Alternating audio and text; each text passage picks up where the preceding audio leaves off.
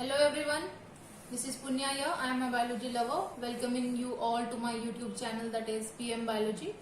We have discussed about the types of vectors, so today we are going to discuss the next part of it, that is competent host, the topic is.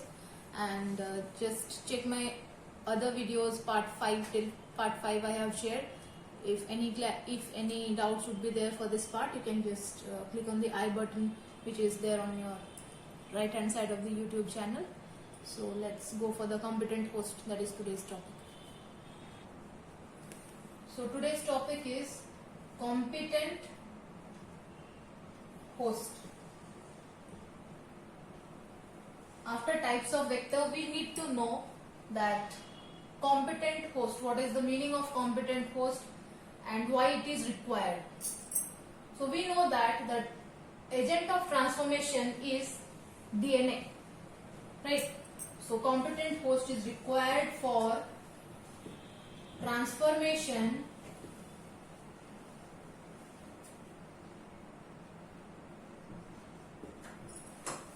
of rDNA. So first we need to know what is host. Host is the organism which would be accepting the foreign DNA. Acceptance of foreign DNA. Now why we are talking about the acceptance of a foreign DNA? DNA is a hydrophilic molecule and we know DNA is negatively charged. DNA is hydrophilic molecule. Hydrophilic means water loving. So hydrophilic molecule, also it is negatively charged. So it will not allow the molecules to pass through its membrane. It will not allow molecules to pass through the membrane. So in order to penetrate the membrane, we are using a competency host. Competent host. So let's define what is competent or competency, we can say. So competency can be defined as ability of a cell to accept foreign DNA.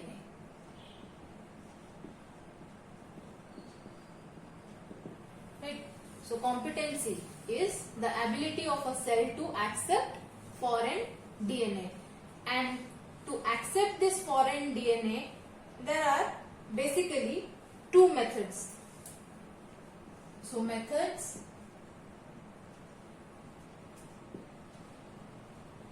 for making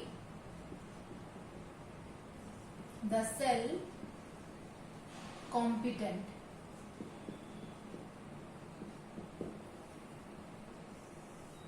First is by chemical treatment or chemical method, we can say.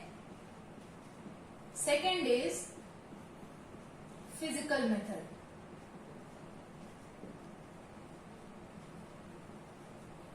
Chemical method means we would be using certain chemicals, like it can be calcium ions. And physical methods, there are too many methods which we will be going for. So let's name some: microinjection method, gene gun method.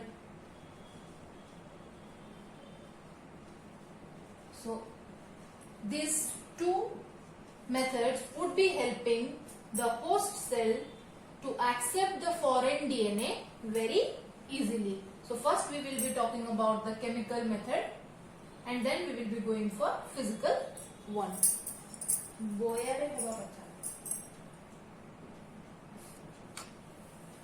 So first is chemical method. In this chemical method, the cell is treated with calcium ion. What is treated?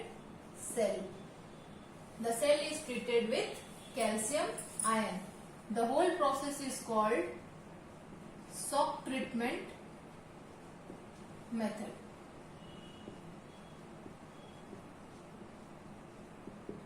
So what is this shock treatment method? Why the name is given so? We know that cell is there, that means cell wall will also be there with it, right? This is cell. So the cell outer covering is cell wall, and when it would be a plant, this would be plant cell wall would be there. When it would be cell membrane or plasma membrane, it would be specific to animals, because animal cells do not have cell wall.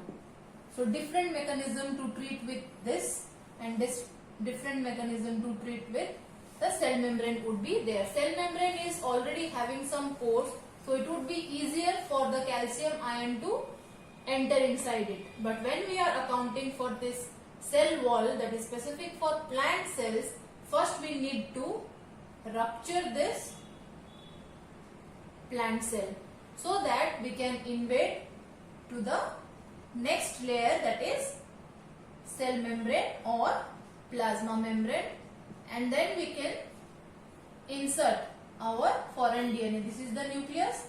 We can insert so this is the nucleus of the cell, and this is the foreign DNA.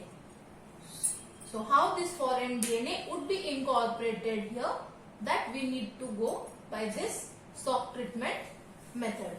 So shock treatment method is a method in which first the cell is kept on ice.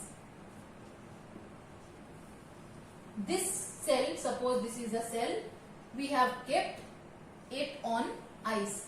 Then we will be transferring that cell, this is the cell, we will be first keeping it on the ice, then we will be transferring it to a temperature range. So the temperature range needs to be, it needs to be cooled down, and it needs to be kept at a temperature of 42 degrees Celsius. Then after few minutes, again it is placed on ice. So we are keeping the cell on cooler medium, again we are keeping it on very high temperature. So the cell will be getting shocked. So when it gets shocked, the cell wall would be broken down, or the cell membrane would be broken down, and the foreign DNA can enter into it.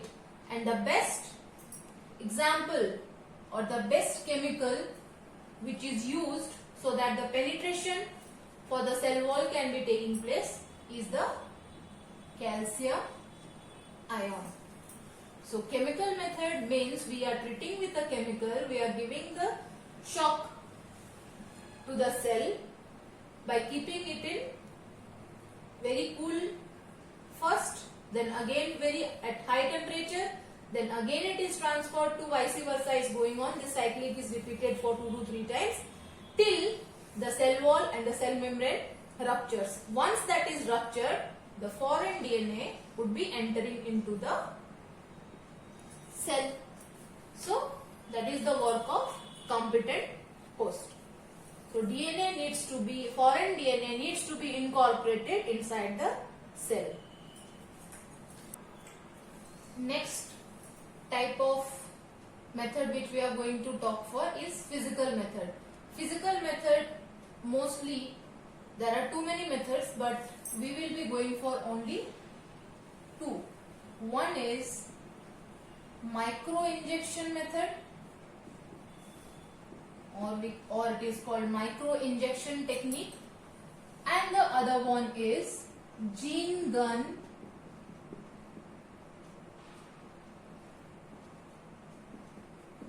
it is called biolistic method.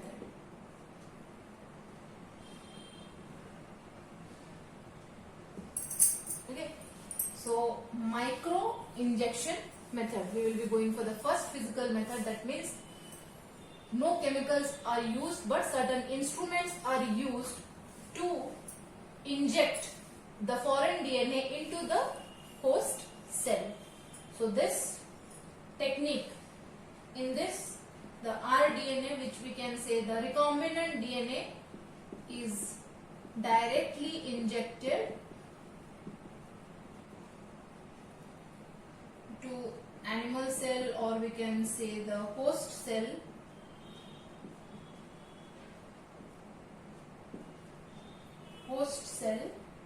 using by use of micro pipettes. So rDNA is our recombinant DNA, which needs to be accepted by the host cell. In this we have taken the animal cell, because micro injection is mostly applied to animal cells. In this, the foreign DNA is injected with the help of a micro pipette, and then this animal cell along with the nucleus, it would be containing the foreign DNA, and then we are getting this as a transformant. That means we are getting a recombinant product. Next we can go for the gene gun method. Next is our gene gun method or the biolistic method. This is specific to plants. In this, microparticles are beaten off using gold coated or tungsten coated gun, and it is incorporated into the plants. Then we will be getting a recombinant DNA product, which is called your transformant. That means what is taking place? This is specific for plants. In this, certain microparticles are embedded with gold and tungsten coated, and that is being incorporated using this gene gun. That is a instrument which we can use, and end product would be a rDNA product, that is transformant. So these two methods are specific for your competent host competency. That means the ability of a host cell. If we take the host cell to be bacteria and we are trying to incorporate certain foreign DNAs to it, then we can use any of these two methods for incorporating the particular foreign DNA into it. So gene gun is the instrument. Why biolistic is used? Because it is applied to living organisms. Living organisms in this case is plants. In this process, these microparticles are allowed to bombarded with very high velocity, so that with that force the outer cell wall of the plant would be broken down, and the microparticles coated with gold and tungsten coated contain the foreign DNA within them, and using this gene gun it is incorporated into the plants, and then we will be getting the product, that is a transformant. So that's all about competent host. So we have talked about types of restriction enzymes, types of vectors, what type of vectors we can use to incorporate the foreign DNA within plant cell and animal cell. And finally today competent host is also over. So next topic would be the whole process of recombinant DNA technology, which we would be taking up in the next part, that is part 7. So just wait for it. till then, like my videos, watch and share, and also you are not subscribing my channel, so please help me to reach to maximum people as we can go for. Thank you for watching my videos. Have a nice day.